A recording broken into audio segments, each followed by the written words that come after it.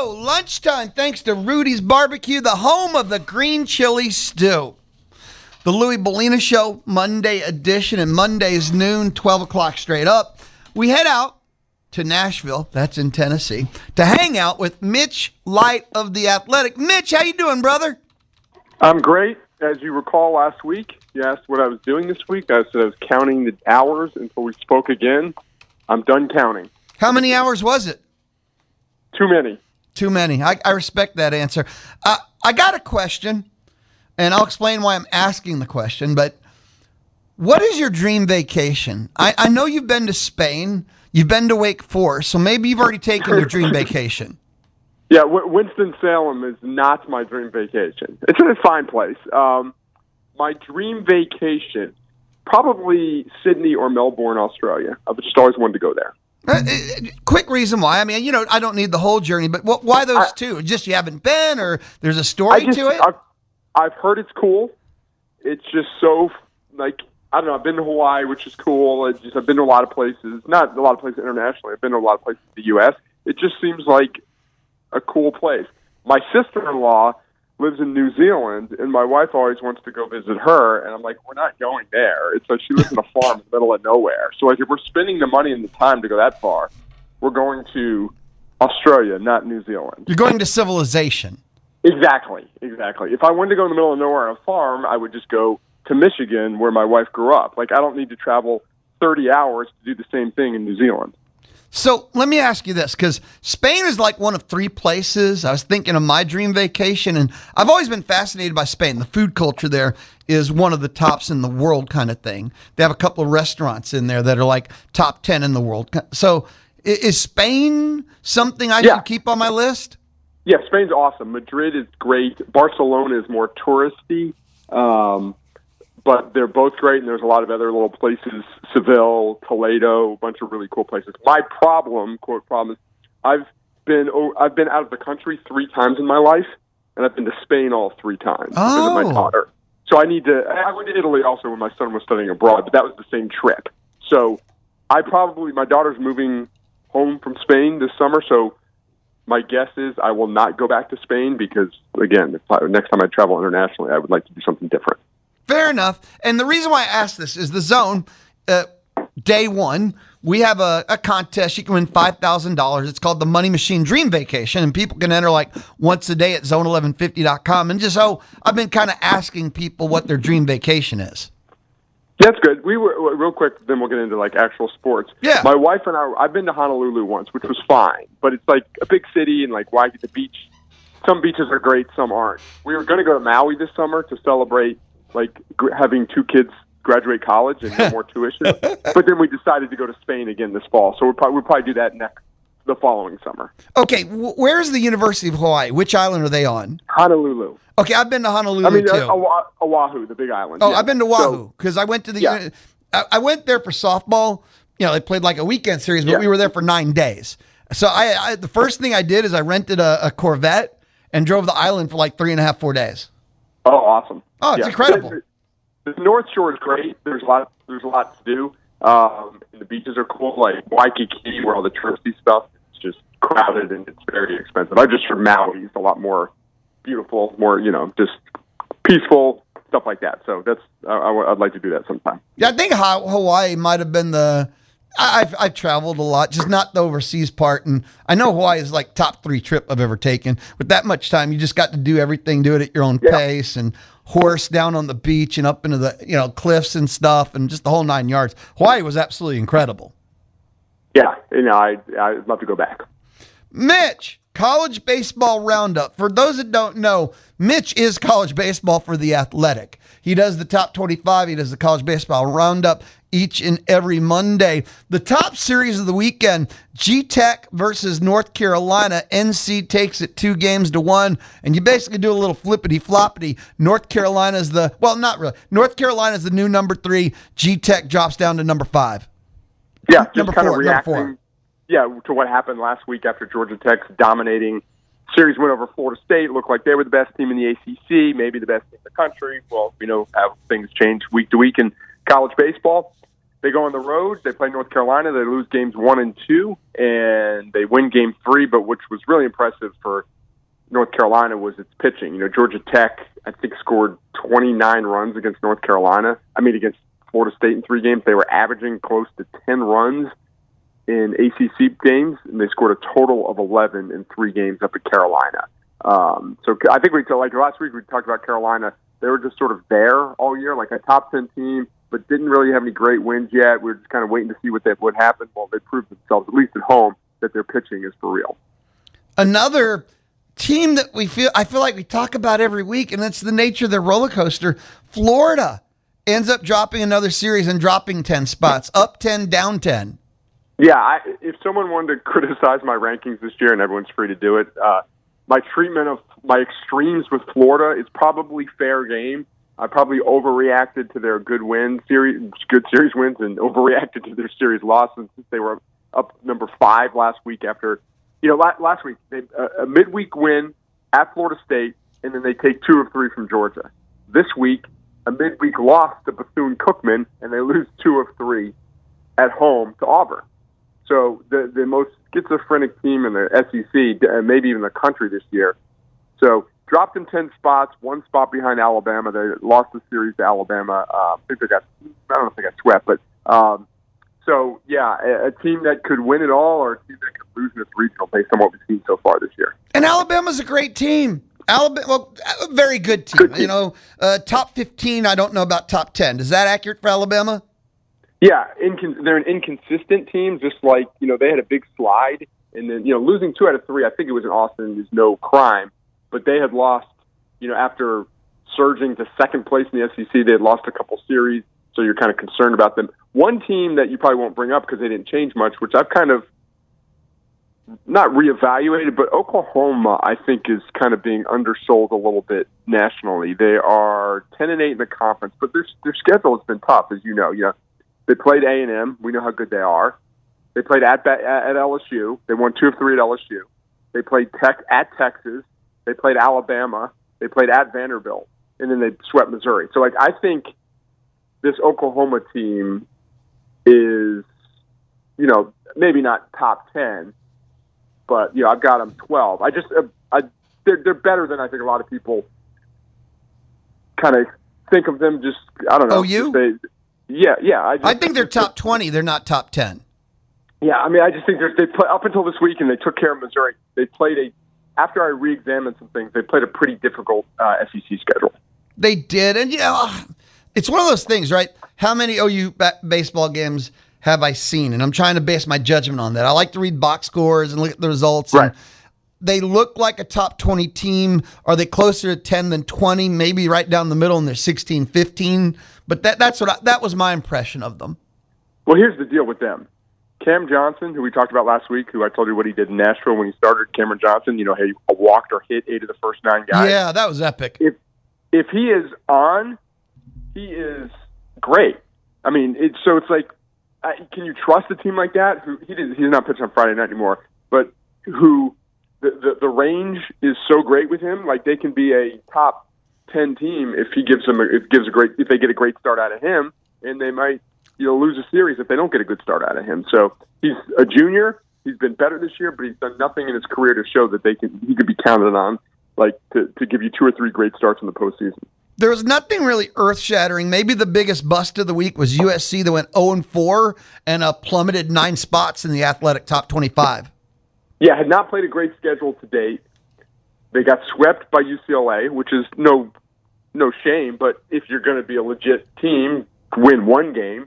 And then Nebraska is, the second or third best team in that league. They go on the road. They lose. Did you see how they lost on Friday night? No. Bunt. So they're up.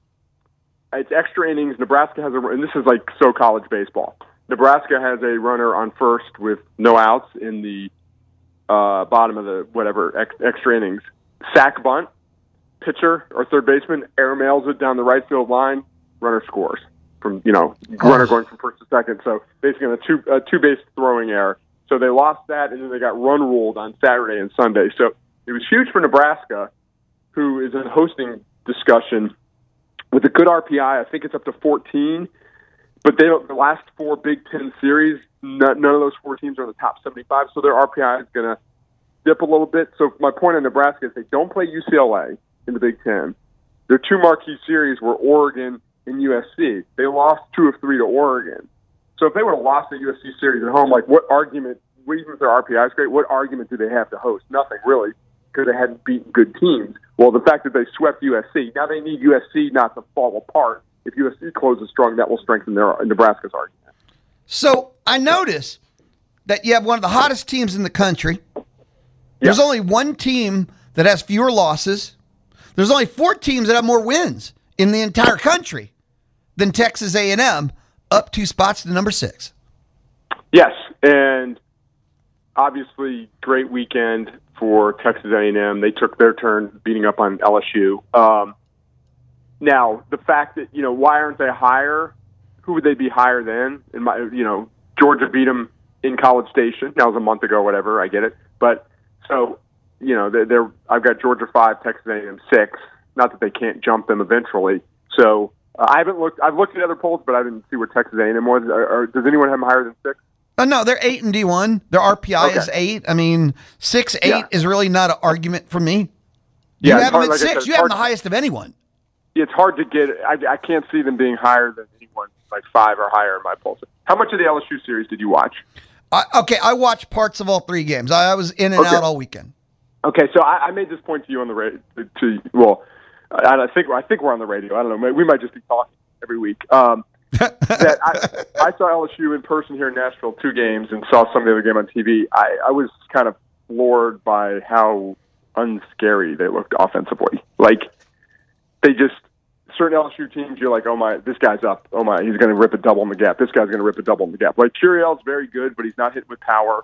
Aaron Beatty hit 4 home runs in one game against Tennessee, but other than that, hasn't been great. So, do you share that as someone watching the series that they did not look overly scary? Yes. Yeah. Okay.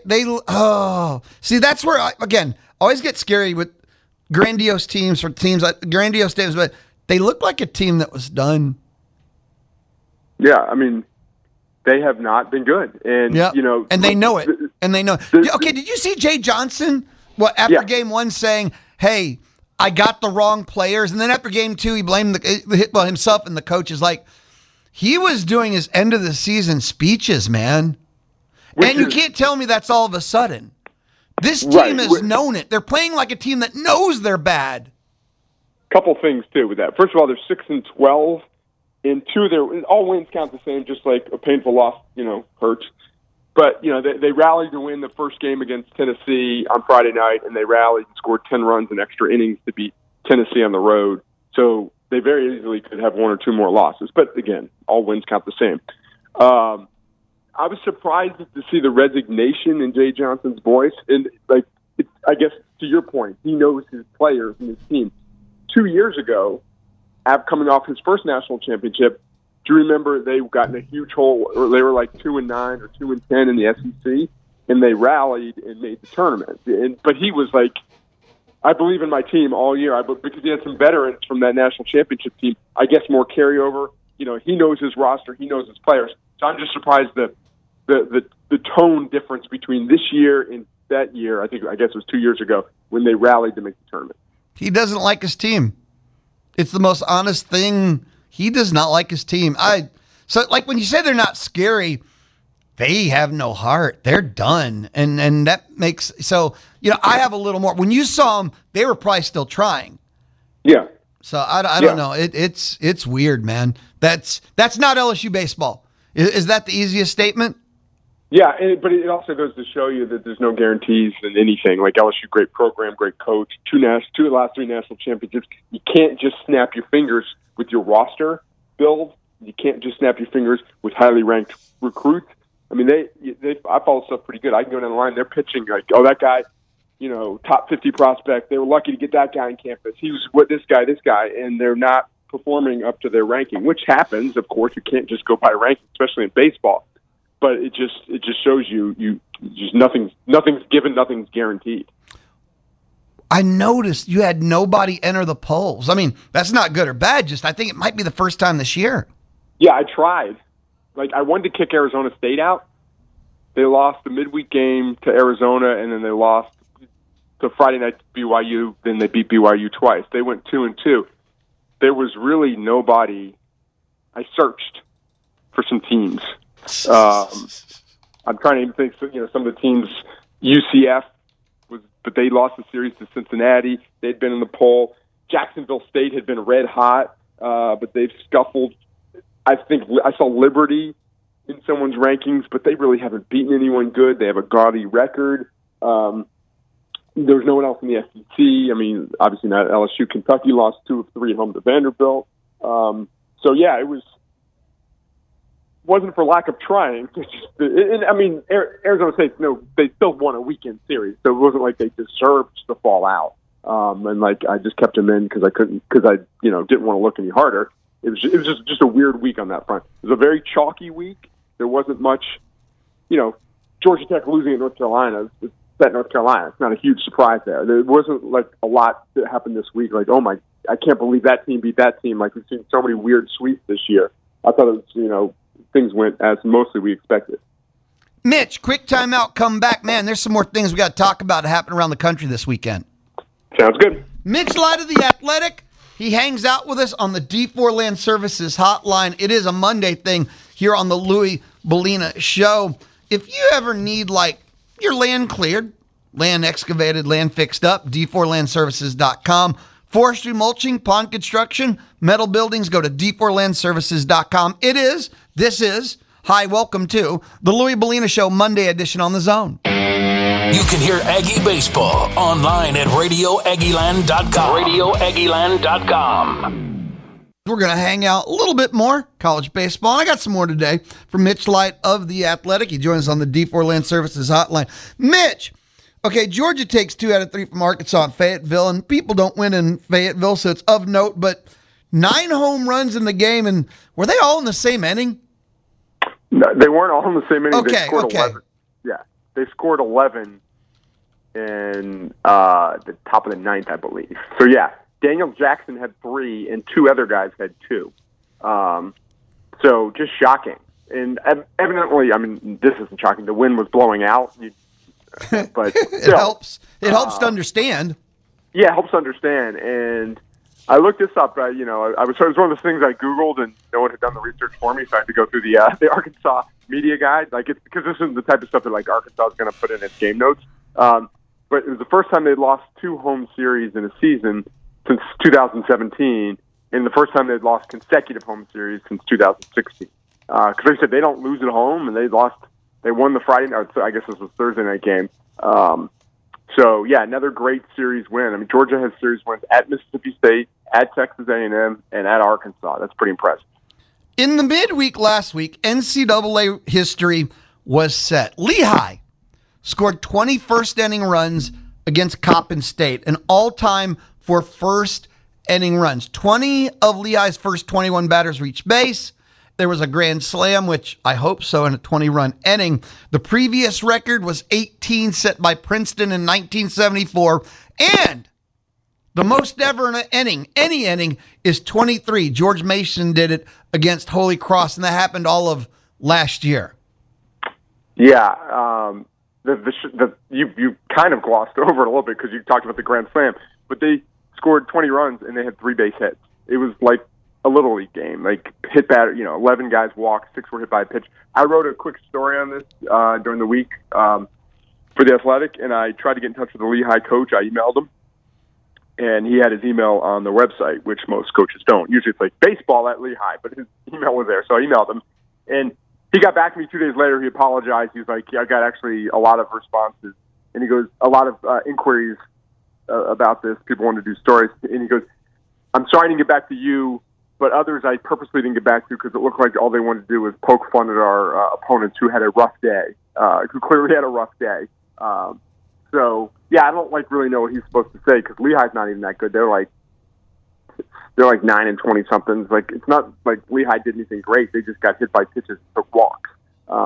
So, yeah, notable occurrence, but not really great spotlight for college baseball that team scores 20 runs in an inning. You mentioned UCLA earlier. You didn't tell us their longest win streak in school history got snapped. I didn't. It did. 27 games. They lost a midweek game to Cal Santa Barbara 4-0. They had been obviously rolling. They're still undefeated in Big Ten. I don't know if it's 18-0 or 21-0. Probably 18-0. They swept Minnesota last week, so they are, they've been number one virtually every week. I think, off the record, don't tell anyone this, I think I had LSU number one after like week 2, just because UCLA lost a midweek game or something like that. So, but that's just between you and me. There's no one listening. You're fine. Okay, good. Mitch Light of The Athletic hanging out with us on the Deep Land Services hotline. I got a text message for you, and we'll grab your thoughts on this. But Eric, the bartender, says, LSU baseball makes me think they are cash-strapped. I think the Brian Kelly situation bled them dry. No, I don't think so. I think they just made some misses in the portal. They have some big-time talent. They've been very active. They built this roster last year before they fired Brian Kelly. So they had money. Even if that were the case, money would not have been an issue at that time. So I just don't think it's a great roster. They've got big time players, and I think we're in and I'm not saying this is just the case right here, but and I don't know if he's an LSU fan. But we're in an interesting spot in sports where if our teams don't do well, we just blame it on money. Like I do a show here in Nashville, and one of the co-hosts is a young kid, a Tennessee guy, and he's like, the word with Tennessee struggling, he's like, the word is that all the money's going to men's basketball, football, and this baseball roster. They don't have the money. And I was like, I don't really know all the details, but Tennessee signed 4 of the most high-profile transfers in the offseason. 2 of their starting pitchers, Henry Ford from Virginia, Blaine Brown from Rice. That's not the case. But the default as a fan wants to blame something, and it's like, oh, just other teams are spending more money. And I don't like it. Can't tell people how to react to certain things. And it's one of those things where we don't really know the details unless someone comes out and says, yeah, we have this much money or we didn't have this much money and all that stuff. So just something I've noticed recently. LSU will never hurt for money in any of the big 3. That's just not a thing. They will find it. Thank you. Whether it's an alum, a casino, a children's hospital, LSU, taxpayers, yeah, that's just not a thing. There's been no point in history they've ever hurt for money. Agree. So to move on from that one, there's something I wanted to talk to you about. It's not college football, but I was reading The Athletic this morning, and Ralph Russo, Chris Vanini, I guess an article they did together, the headline, leaders agree the CFP ranking show is a problem, but can they do anything to fix it? I read it, found it a bit interesting in that... I didn't read it, so you can tell me what it said. Well, basically, I don't know. I think the headline doesn't fit the actual article to an extent because... Okay. Well, it's not the CFPs, it's ESPN, so ESPN would have to capitulate and be like, okay, guys, we see you received the point, which I don't think they're going to do because it gets great rating. Yeah, the show itself is not a problem. It's the way people perceive it. I think there's more of a people problem than the show problem. And I can see that point, but if the show didn't exist, then we wouldn't have the outrage of Notre Dame. Oh, no. The show is a great PR vehicle. The show does everything you want. It has people talking college football on Tuesdays. It has entire fan bases hitting their phones. And no, the show is brilliant. The show is a great PR vehicle. It's kind of like how the NFL has conversation 12 months a year. Right. The show is brilliant for what it's supposed to be. Right.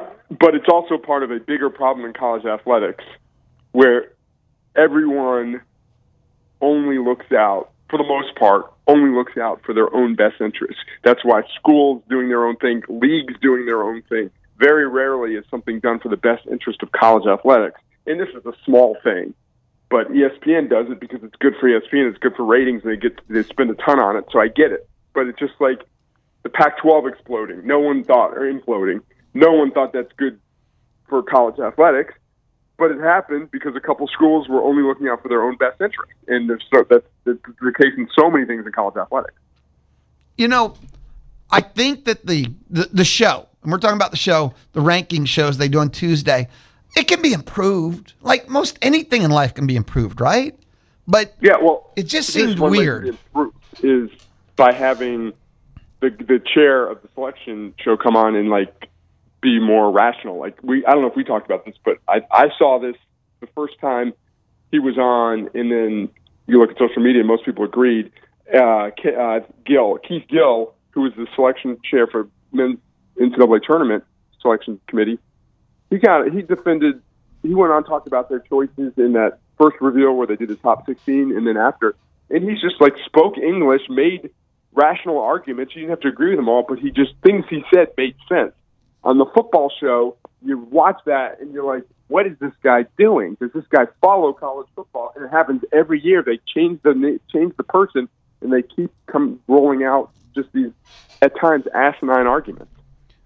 I got 2 suggestions. May I throw them at you? You may. 1, I would release a pool of 16 in no order. These are the 16 teams that would make the playoff, or 12 teams that end the playoff if it started today? I said a pool of 16. Oh, okay. And then the committee chairman would just talk about would be talking about their college football playoff DNA without having the rankings interfere, because these are pre-rankings. This isn't who's in. You don't have it until the final. That's who's in. And these would be the 16 teams that currently have the college football playoff DNA. And then all he'd be doing is talking glowingly about the 16 teams and why they're worthy. It kind of defeats it's only being like, you can't be half pregnant. The show is not going to go halfway when they can go all the way with their rankings. You don't think people would want to know if their team's in consideration and we'd have 16 teams in consideration? Yes, but it would be like you're giving people some stuff when they. I see what you're saying, but to me it's an all or nothing proposition. People would be arguing, no, your team's out, no, your team's out. Sure, but yeah, in what it would do, it would prevent the whole Miami Notre Dame thing, the switching of the ranking and stuff like that, because there's no ranking to change at the last second. I get what you're saying. My guess is they're not going to change the show, and if they did, they would just get rid of it. It works brilliantly for what it's supposed to be right now, and the people that are complaining about it I almost think a little too eggheadish about it. I don't know what they're trying to accomplish. Like if the committee thing is a problem, don't have them talk. Just do the rankings and let the talking heads debate it. But just don't have the committee chair talk until the final one. Yeah, not only do they talk on ESPN, and then they do a conference call afterwards. Again, just don't have them talk. No, because the conference call creates even more ink and talk. And that's the whole point of it, is to create conversation around the playoff and around college football. And it does it, at a phenomenal level. Yeah, like you said, it accomplishes what they wanted to accomplish, people talking about the sport. Mitch, just final thought here. What would be the one thing you think you would do to change it? If you think it needs to be changed at all, to be honest. I would get rid of it. But I wouldn't change it if I would try to educate people, or like they wouldn't do this, but like almost have mock press conferences and get the person up there who can speak clearly and defend the choices rationally, rather than just the chair who bumbles his way through. That's what frustrates me the most. Like most of the time, I don't question the rankings because there's rational arguments for a lot of these rankings. But it's when you hear them discuss them and how they came to that and changing the parameters, it gets frustrating. No, fair enough. Because, yes, there's logic behind them, but when you can't articulate the logic, it comes off like 180 the other way, actually. Exactly. Mitch, be awesome, brother. I appreciate it. Talk to you next Monday, man. Be good. Sounds good, buddy. Talk to you next week. Later. Mitch Light of The Athletic on the D4 Land Services Hotline, college baseball roundup, and there's always more. If you need forestry, mulching, pond construction, metal buildings, visit d4landservices.com. And when we talk about metal buildings, I mean like custom metal buildings from the ground up. Visit d4landservices.com. This is the Louis Bellina Show, Monday edition on The Zone. The Money Machine is now open. The easiest radio contest on the planet. Enter now at zone1150.com to win $5,000. What are we waiting for? And great weekly prizes, too. It is the Louis Bellina Show. Halftime on a Monday. Still to come, less than an hour, somewhere about like 1:30. We got to listen in Mike Elko, post-spring game. Everything spring football, everything Aggie football. You and I, we're going to listen in together. Mike Elko, post-spring, a listen in. About 1:30 here on the Louis Bellina Show, presented by CC Electric. They do free estimates. They have military and veteran discounts. They are CC Electric. Want to remind you, you can text 979-693-1150. You're celebrating the A&M sweep over LSU, and, well, the stakes went up. They're 8 in the RPI. Super regional hosting position. They still have to play. And again, I want to I wrote this down because it's like, wait a minute. Whoa. In position, and they still got like 4, 5, 9, and 18 left in the RPI they're squaring off against. All 4 teams they have left are tied for 4th. A&M is in 2nd. Plenty of schedule left, but the pitching continues to just be good. They're going to win a lot of these series left. If they win 3 of the next 4, they'll probably win the SEC. I'd have to look at Georgia's schedule left. But a lot of realities opened up with the sweep of LSU. Aggie softball, at this point, I think they're going to play OU Davis Diamond, final series of the year with the SEC championship on the line. And they're now 13 in the RPI, and they've beat 11. So I'd kind of effectively not flip-flop the 2, but move them to 12 and move LSU back behind them as far as hosting goes. Life is good if you're an Aggie Diamond sport fan. I do want to stay maroon and white for just a bit. The spring game took place on Saturday, Kyle Field. I'm not going to sit here and break down, give you the analysis and so forth of a practice game featuring incomplete teams. The worst case scenario of any practice happened, and it was an injury. Damian Sanford, one of the captains and a linebacker, leg injury, was carted off. We do not know the extent, and we won't. It's not like Elko is going to be releasing to the media daily or updates on it, but that's the biggest concern of any spring practice, not just because the word game is inserted, because it's a practice. And it wouldn't matter when it happened. Anything off season, it's your greatest fear or injury. And again, he was carted off. And that's the top storyline coming out of spring football now is how seriously is Sanford injured? They have no, and if that's too strong, minimal depth at the linebacker spot. Sanford is kind of your chaos backer too. That hurts. I thought the 2 top storylines coming out of the spring game was linebackers. The injury to Sanford and the pick 6 from Noah McHale. That was one of the top 2 storylines. And the kickers. The kickers. Last year was brutal. It really was. What was the stat? The A&M kickers missed 1 field goal in 8 of 13 games. 16 for 26 overall. I saw a statistic. I wish I could remember where. It was the second lowest team percentage among all P4 teams. That is nightmare levels of bad. See, that's perspective. Man, 16 for 26. Is that bad? How bad? Is it really that bad? Second lowest team percentage among P4 teams. Well, in the spring game, Alano, Asher Murray. Alano is the high-profile transfer, 80-plus percentage hit rate. Asher Murray's the 5-star kicker freshman? They went 5 for 5, including a 53-yarder.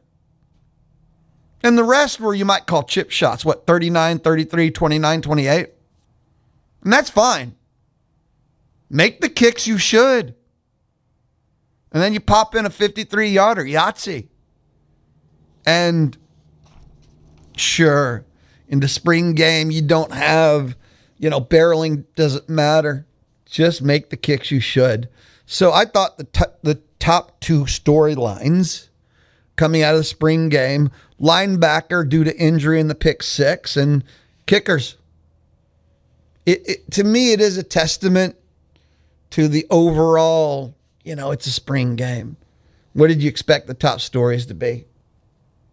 Again, I let others do the in-depth breakdown. Offenses were highly inconsistent, but what do you expect when you break up the O-line? Everything is highly inconsistent when you break into two units, and none of the actual starting units or even the backup units are together.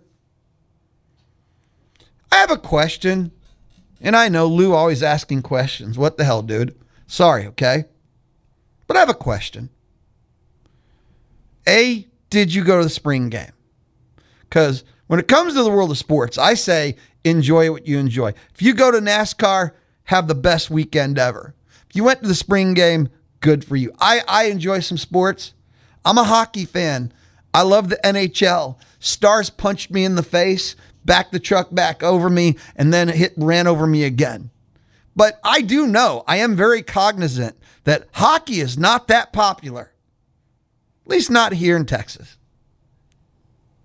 So, and I'm not a practice. I don't care what sport it is. If it's not a scoreboard that will count in the standings, I just tend to not be into practices of any kind. And other people don't care. That's okay. We can all coexist. We can all just get along.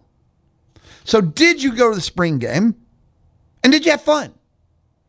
Like watching the Legends game and, the 50K. Who went? Don't raise your hand. I can't see you. Text. Did you go to the spring game? Did you have a good time? Because that's all that matters. Because if you went to the spring game and it made for a great Saturday, awesome. That's all that matters. So that's my question. Who went to the spring game and did you have fun? Was it a good time? Sometimes it's just about being with other Aggies. You get a mass gathering of Aggies together and it works. So that's my question of the right now. Did you go? And did you have fun? 979-693-1150. Well, kind of a survey here inside the Texas Mobile and Lube Express inbox. Texas Mobile and Lube Express, owned by Gabriel Garcia. Did you go? How much fun? If you need a 1 to 10 scale, knock yourself out. 979-693-1150. And what were your observations of the spring game if you went?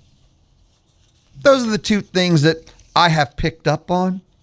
Linebacker, due to the injury, Sanford and the pick six. And kickers. Now, before we leave Aggie football, the NFL draft is this week. So we're almost done with mock drafts. And there's a lot of people doing the hallelujah thing. Jordan Reed, ESPN, he is their draft expert. And I think I've said this will be the 189th time. He's one of the good ones. His mock drafts, he's a true expert, not just someone from a network who they've designated and told us, even though it's trash. He's actually pretty good. He released his final. It was this morning, and it's 7 rounds. He released his final mock draft. And guess what? He has 3 Aggies in the first round. So he's very stock up on your fighting Texas Aggies. He's got, and this made my heart warm. This kind of got me fired up. The Pittsburgh Steelers at number 21 take from Texas A&M wide receiver Casey Concepcion. And the New England Patriots at number 31 select from Texas A&M edge Cassius Howell. And at number 32, the Seattle Seahawks take guard Chase Basantes. So that would be 3 Aggies in the first round. There's a third round pick of Tyler Onyedum. So 4 Aggies in the day 1 slot of rounds 1 through 3, including 3 first round picks. Now, 4 fourth round picks. 4 fourth round picks. And you realize we're starting to get into the volatile rounds. These guys could go third round. They could go fifth round. He says 4 fourth-round picks.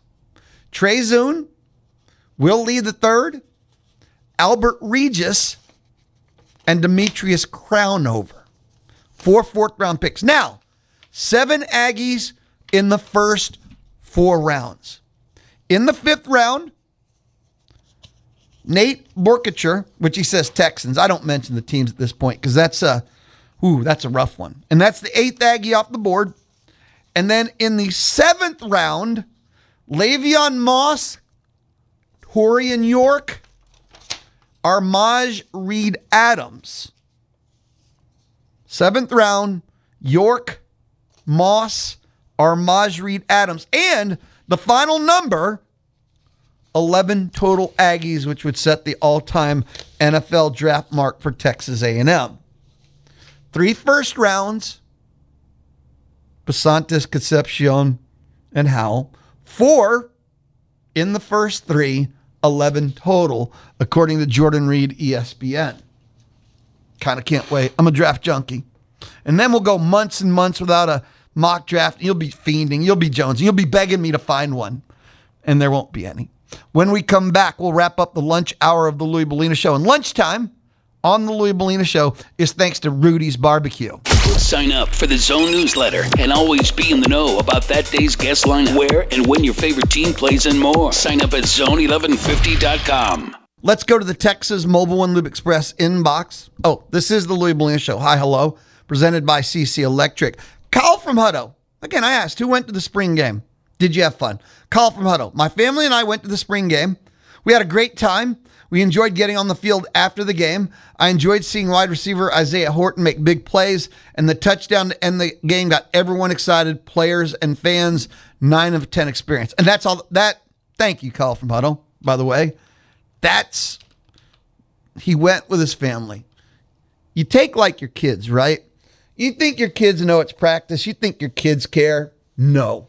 They're there with dad, with mom, and they see the big Jumbotron and the LED and just everything going on and the sights and sounds. And that's the thing to remember. That's the thing that counts the most.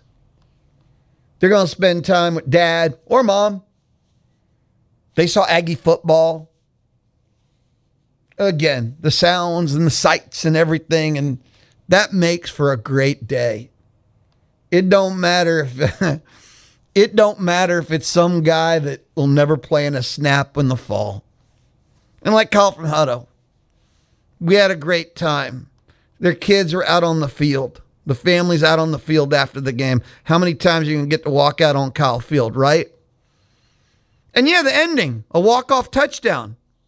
A walk-off touchdown throw, right? Again, in sports. Just as long as we can all get along. For years, there are people hounding me of, why don't you watch this? Why don't you do this? And I'm like, because I hate it. Just as long as we can all get along. Things I don't like, you can love. I'm not going to hassle you. Never mind. I'll move on from that. 979-693-1150. 979-693-1150.